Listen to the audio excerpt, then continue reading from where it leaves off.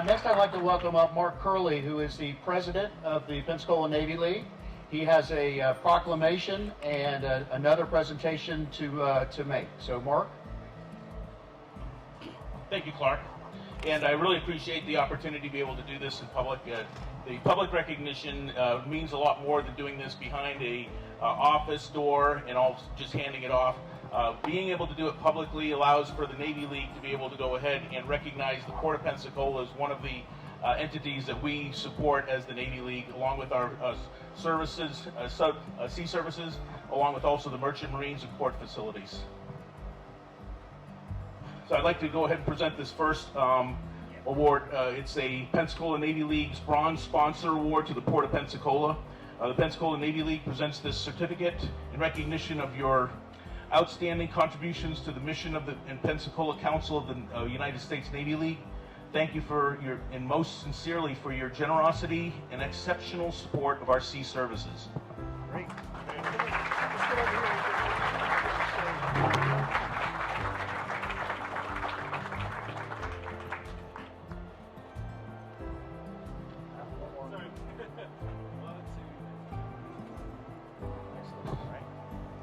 And I have one more to present.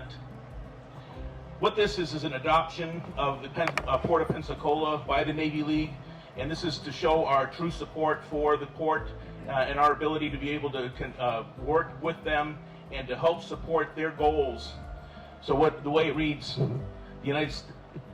we believe that the security of our nation and the people of the world require a well-balanced American defense team, which includes strong sea service, port facilities, and merchant marines.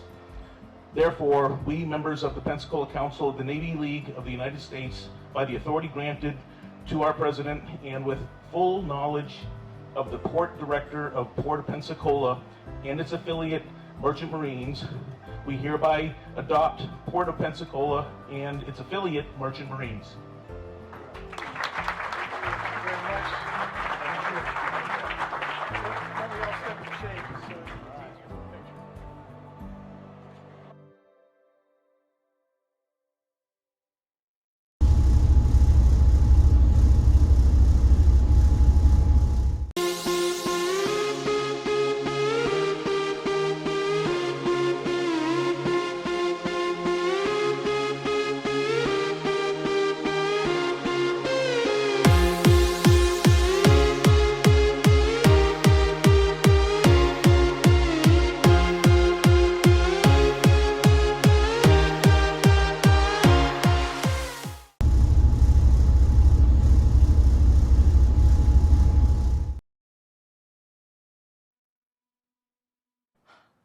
I'm Tom Pace Jr. I'm a lifelong resident of Pensacola, Florida, current Commodore of Pensacola Yacht Club. Like many people, I've been a fan of the America's Cup since I was a little kid. The fascination of the world's oldest sports trophy and a platform and a setting unparalleled was like a magnet to me. Was always a fan. As I got to be older and got to be a sailor, had a chance to work with my yacht club, Pensacola is going to host the 2018 Optimus Nationals, which is a kids' national championship on little small 8-foot square-nosed boats. We had 301 kids from 12 countries and over 900 unique visitors to Pensacola for that event.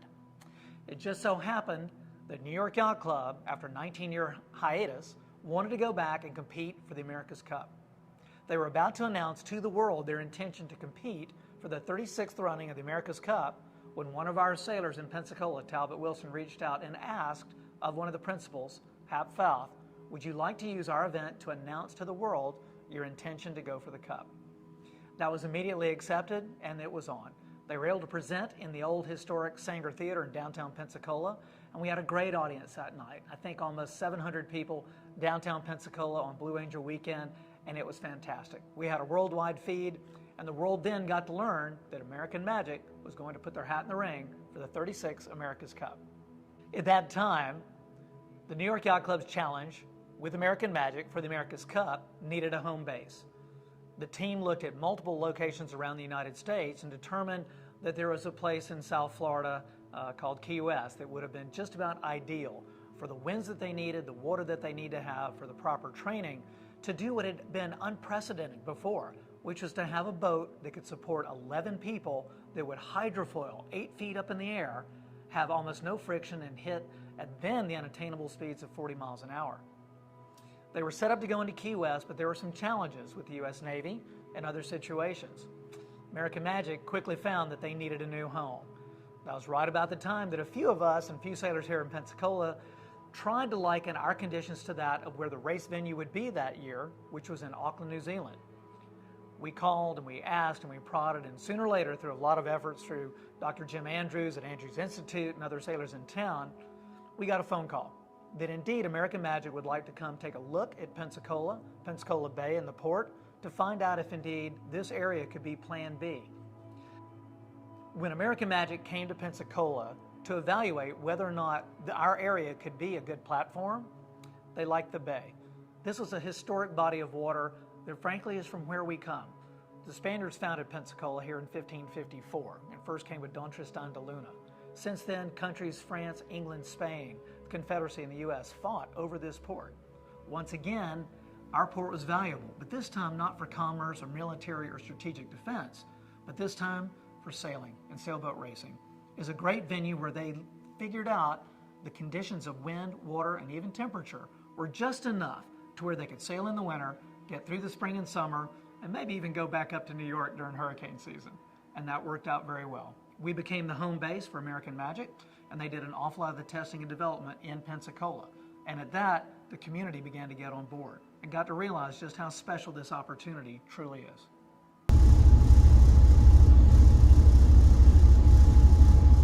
Clark Merritt. I'm the current port director at the Port of Pensacola.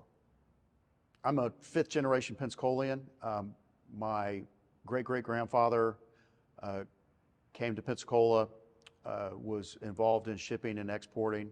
My great-grandfather was a ship's agent and owned a stevedoring company during the heyday of Pensacola back in the turn of the 20th century, around the 1900s to the 1920s. And so when we were exporting quite a bit of lumber,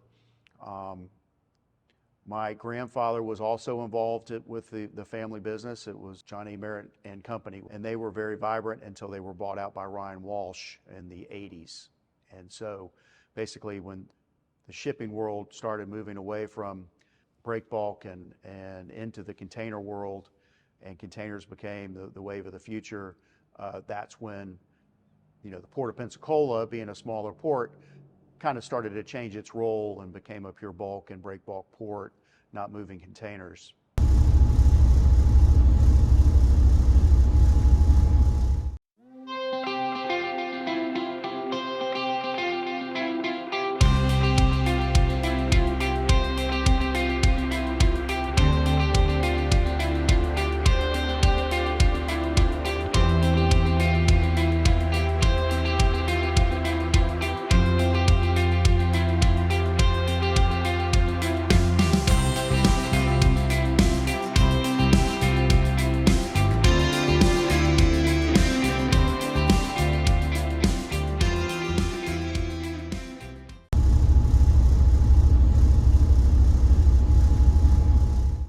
My background was I was familiar with what the family had done, but I had limited exposure to it.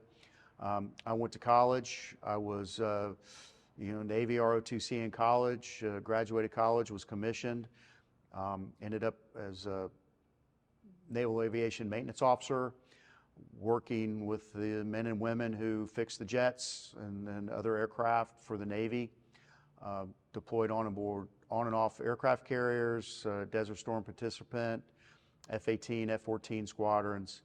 I had a tour with the Blue Angels as the maintenance officer for the team back in the 90s. And then I left active duty, stayed in the reserves as far as the Navy side of things, but worked as a program manager with Lockheed Martin for a period of time, which brought me back to Pensacola. I was working on some various contracts here with Lockheed and the Department of the Navy. And then I left Lockheed. I worked with a family commercial real estate firm for a few years, and then took a job in the district office of Congressman Jeff Miller's office. Worked with him for a period of time on military and veteran affairs for the district, First District of Florida. And then I came to the city of Pensacola about 10 years ago, worked out of the mayor's office for about 2 years, and then came to the Port of Pensacola, working on the business development side, economic and business development side at the port. Progressed from there to be a deputy port director at the Port of Pensacola, and then took over as the director of the port back in June of 2021.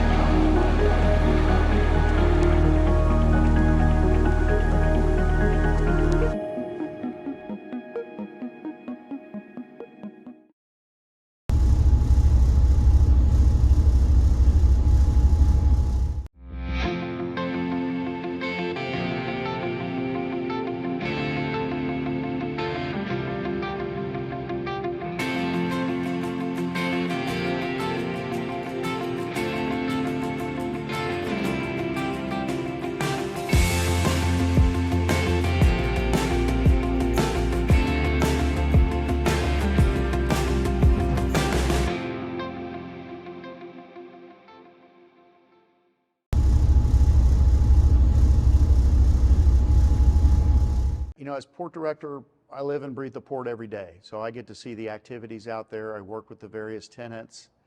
At any one time, we can have, 100 to 300 people working on the port, full-time jobs across various industries. The Port of Pensacola is a city of Pensacola enterprise, like the airport. But unlike the airport, it's very difficult for the citizens and the non-users of the Port of Pensacola to really understand what goes on the port. It's a little bit of out of sight, out of mind. So I always try to stress when I'm talking to people who may not be aware of all the activity at the port, there's a whole industry full of very vibrant and complex and diverse different little industries that are all vital users of the port. And, we have international ships that come in and go out. We are part of the global supply chain because components do come in from Asia directly into the Port of Pensacola for manufacture in a American manufacturing facility. Florida has 15 deep water ports. Alabama has 1 deep water port. Mississippi has 1 deep water port.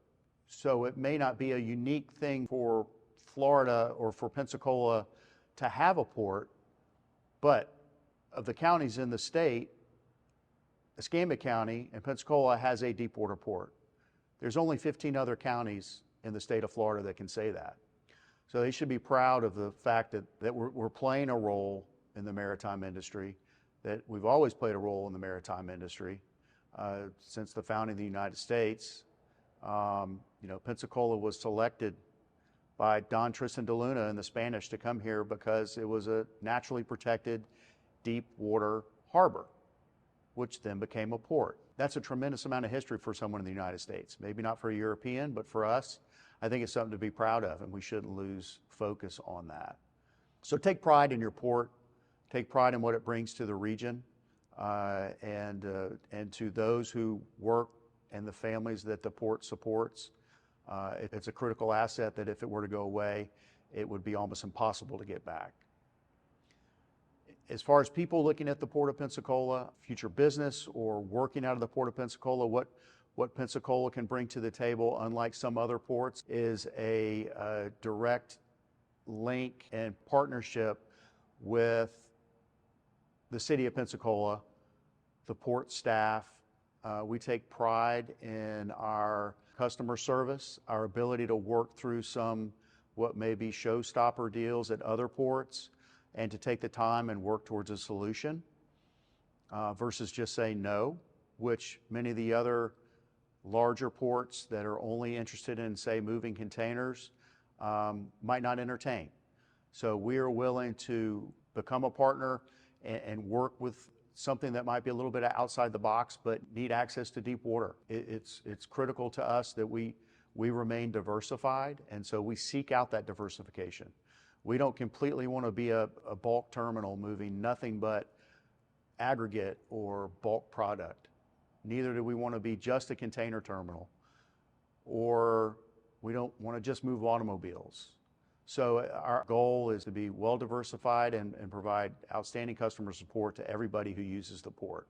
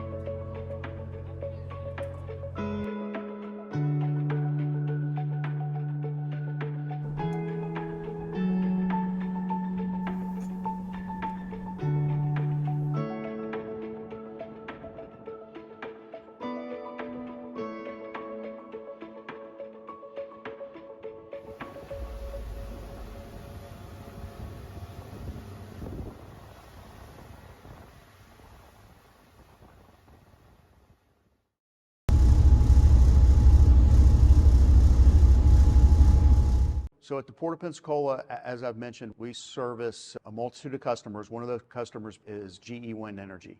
Now, the wind energy components that come in and out of the port, most of them are large, oversized components, special permitted requirements as far as trucking, very expensive to move those. And of course, moving products by vessel or barge is the most economic way to move anything of substantial size or weight.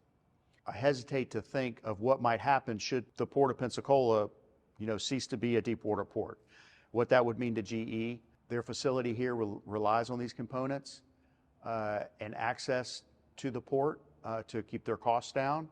I would think that the GE facility could end up anywhere where it's convenient for them to receive their large oversized components. And so the ability for them to ship in and out of Pensacola with its rail access, with its access to deep water, with the fact that we're told that wind energy turbines are getting larger, and it might be the only way to move them would be by barge or by vessel in the future for some of the larger wind turbine projects that are planned. I mean, that's a critical path for them. And so whether or not they would stay in Pensacola should the port cease to be able to function as a port is not known. Additionally, Port of Pensacola relies on the Army Corps of Engineers to keep our channel open. So the Army Corps is funded by federal dollars, and they dredge and perform maintenance dredging on Pensacola Pass and the channel leading in and out through Pensacola Pass. So the port and our cargo handling and our tonnage that comes through the port validates the need for that, for the Corps to provide dredging. And so again, I would hate to think what might happen should the Port of Pensacola cease to be a deep water port. The Army Corps would probably just look to decrease the channel depth to, maybe they could only service barges. How would that impact NAS Pensacola, which are undergoing a very expensive rehabilitation right now to accommodate Navy and Coast Guard ships? Coast Guard has a heavy presence in Pensacola, right? They rely on that channel. It's dredged by the Army Corps. But as quickly as the Coast Guard came here, the Coast Guard could go somewhere else and take their cutters with them. It serves the region well to maintain this deep water port, to stand lockstep with our military bases that we support in the region. You hate to use the term, but a rising tide lifts all, and losing one leg of the stool could potentially upset everything.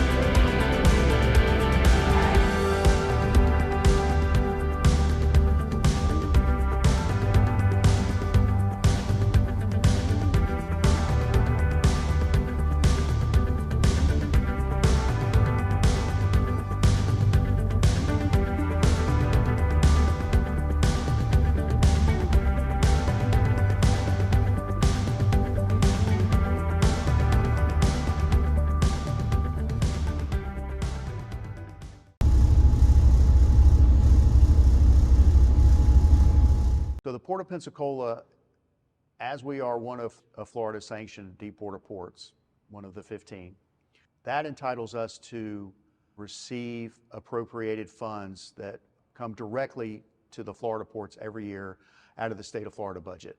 Our various infrastructure projects at the port and how that infrastructure ties into some of the city of Pensacola assets and regional assets, we, the Port of Pensacola, could put in for projects for these appropriated funds and take advantage of those funds.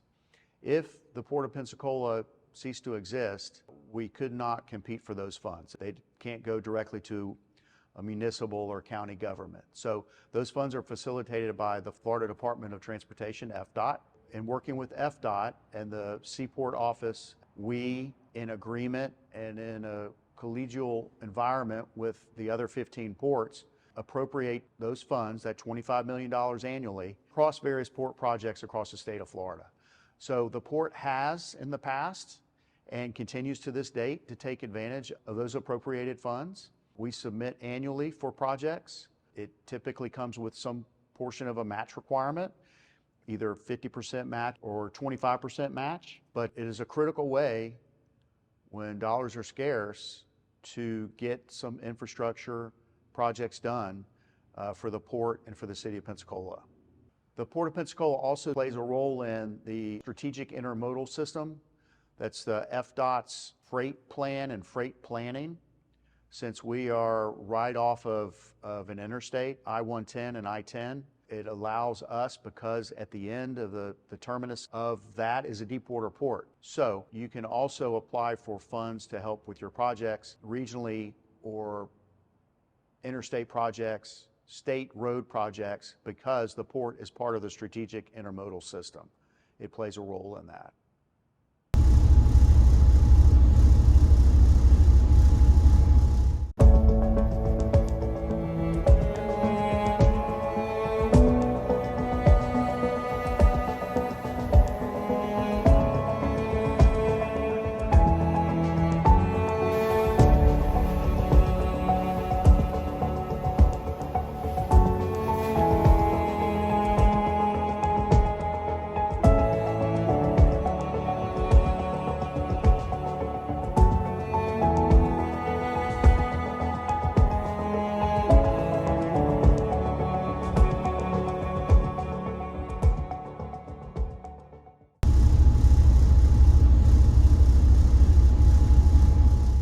You know, ports are typically measured by tonnages, you know, what's your import and export tonnages, pure port metrics. And so when you look at it from those metrics, you know, our numbers look really good. Our tonnages are up. You know, our dockage days are up for vessels because more vessels are coming in, so our dockage days go up. The way a lot of other businesses will look at it are revenues. And so, as I mentioned, our revenues were up just about 10% year to year.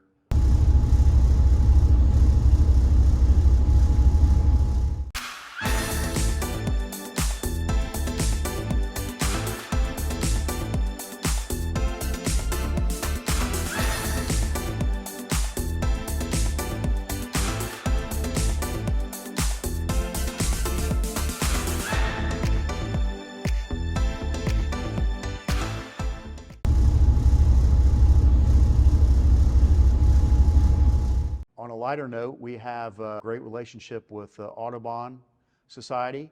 One of the warehouse roofs at the Port of Pensacola, it's a flat roof and it uses pea gravel as part of its base.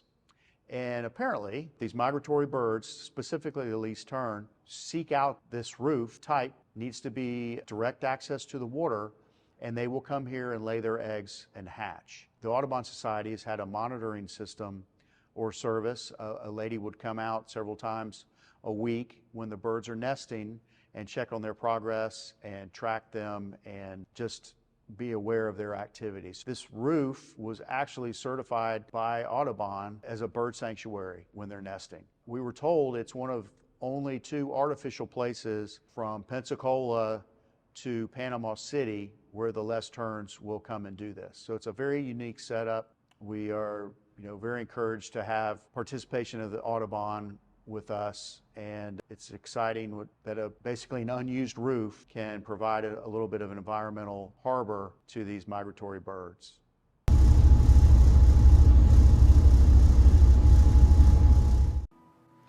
In fact, during that period, one of the more funny stories, I think, the boat was out on Pensacola Bay. And this isn't your normal boat. This is a sailboat that flies like an airplane. So the engineering is state of the art with hydrodynamic as well as aerodynamic capacity. So at one point during the testing, the boat was sitting still in the water and they were making some changes.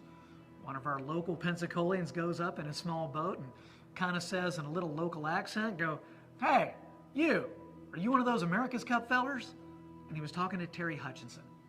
Terry, now Director of Sailing Operation, amazing sailor, 18 times world champion, Rolex Sailor of the Year award, is international 2 times, which no one rarely can do. Terry was a Sailor of the Year in his conference in college. He was the Athlete of the Year in his conference. Terry is, in fact, arguably one of the greatest sailors in American history. So here he is on the boat with his full kit, his helmet, his goggles, a flak jacket that says Hutchinson on the back. And this guy from Pensacola with his kids in the boat says, "Are you one of them America's Cup fellers?" Terry graciously goes, "Well, yes, I am. How can I help?" And the man said, "Well, I read in the news journal that you have spies and you've got people trying to steal your secrets." And Terry went, "Well, we do have spies. In fact, they're the guys right over there from England. And there's a group over there from Italy. And there's another group over there and they're watching us too." And the guy looks at the people on the other side of the boat, looks over at Terry and goes, "How about I run them into the beach for you?" So at that point, that got to be a small element, a little anecdote.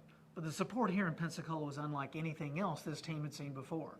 It was never a question of could we help or would we help, but it was how far could we go to do that. And so far, every answer has been we will try our best. And almost every single time it's been a yes. With amazing people, soup to nuts, Dr. Josh Hackle at Andrews, the people at the Port of Pensacola, Clark Merritt, Amy Miller, past Mayor Ashton Hayward, current Mayor Grover Robinson, and then going forward to DC Reeves. There is support in this community to be an active community partner with American Magic, and that gets everybody who has any interest at all excited. And if you're a sailor, like that kid I was in 1972, it's to the moon and back.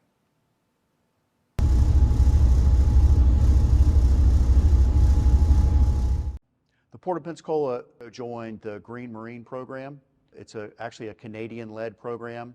It is a qualification program where basically you perform a series of reviews, internal audits, stormwater runoff collections. You combine your entire environmental standard operating procedures and other state and local statutes that you follow as part of being a deep water port.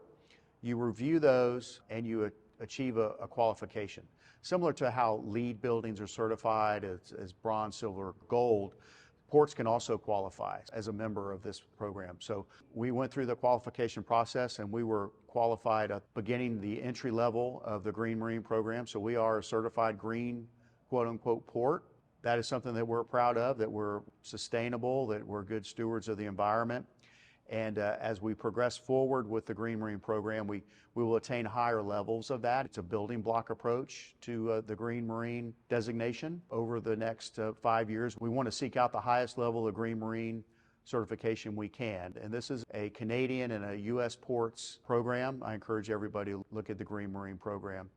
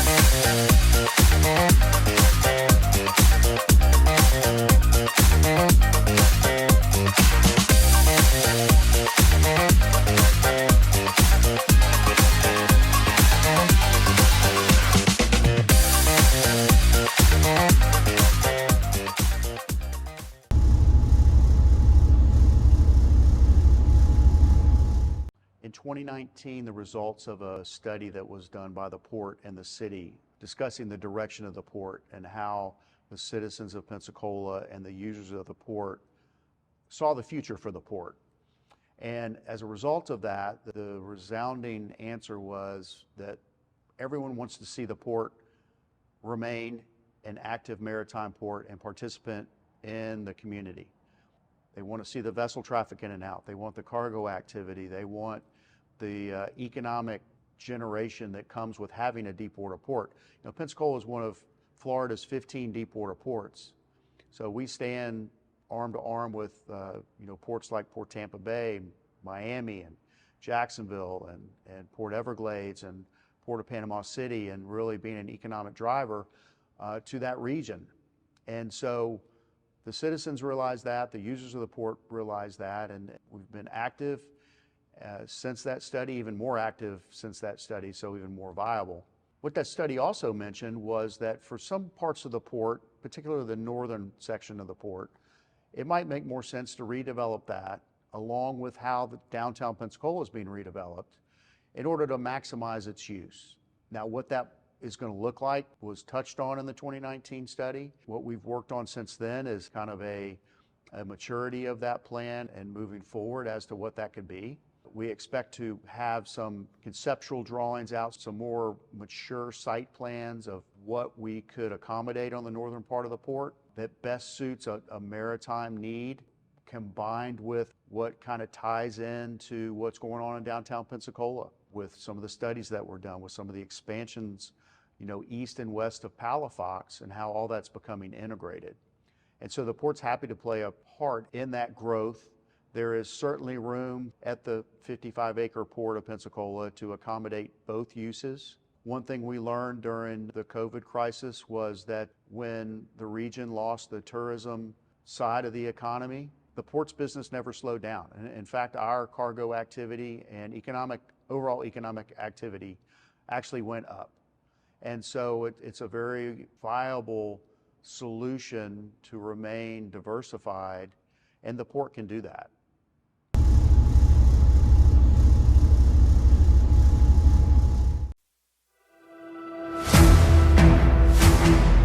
And welcome here to Seville Quarter for a great day as we are watching some great sailing action, American Magic, and bringing sailing here to Pensacola. So many opportunities and to grow not only our community each and every day, but also to grow the environment around sailing, and also with American Magic's help, Sail Pensacola and more. It's going to be an exciting, exciting time. And joining us now, we've sat here and talked sports for years, but now I get to call him Mayor DC Reeves. DC, thanks for joining us. Yeah, and man, what a huge day and opportunity here for Pensacola. Yeah, it's cool. It's one of those moments where it starts to feel a little more tangible, something that's been talked about in this community certainly well before I was mayor, and has really ramped up as the efforts to, what I say, bring us our first full-blown world-class professional home team to the city of Pensacola. And so it's an exciting day in that respect, and certainly I know we're counting down the days till the big race in Spain next year. Well, and talk a little bit about American Magic, because when you hear it, let's just be real, it can mean a lot of things. Right. I juggled for my kids, but nobody wants to see that. Right. But when it comes down to sailing, American Magic is something that is unique, and it's worldwide. I mean, we're going to be talking to people today in Barcelona, Spain. You've got everywhere around the globe. It is something that brings racing together, and American Magic having an opportunity to lead here and out of New York, but also to have a chance to have our sailing members around Pensacola be part of that is a huge deal, and also for jobs and opportunities in the city. Yeah, and it's a very rare that a community gets an opportunity to plant the flag, to say that you're the best in the United States at something, and have the credibility to do it. And certainly the presence of American Magic allows that. And everything that they say about the sailing conditions here and the people here, and how much the employees, their workers and their crew and their staff, that huge, awesome team that they have, how much they enjoy living here. That's such a big compliment to us, but also, again, affords us this really, what I think is transformational opportunity to say that this is the best sailing destination in the United States of America. And it's not just talk. We've got the most advanced sailing team in the United States of America that calls us home. So not only is it just great to have the team here, and again, to have that professional sports franchise that is calling Pensacola their home. But we know there's going to be such a compounding impact of whether it be regattas, whether it be tourists that want to see that boat just buzzing across Pensacola Bay. There are going to be so many other opportunities that really help enrich and enhance our community and our region, really, because they're here. So again, that's why days like today are exciting, because you really get to see them out there, on the water, not just on our water, but on TV, racing the other best teams in the world. And I know as we get closer and closer to a cup that has so much prestige, it's been given out since before the Civil War. So this is something that it really speaks for itself in the realm of sports and where it lives. And I think this is, again, a wonderful opportunity for the city of Pensacola.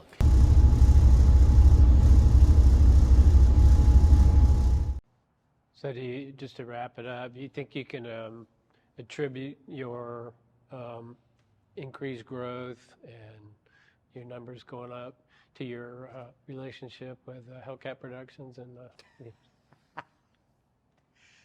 We couldn't have done this without David and his team. couldn't resist? Yeah, I don't blame you. That's good. I think we got a good bit of material right there.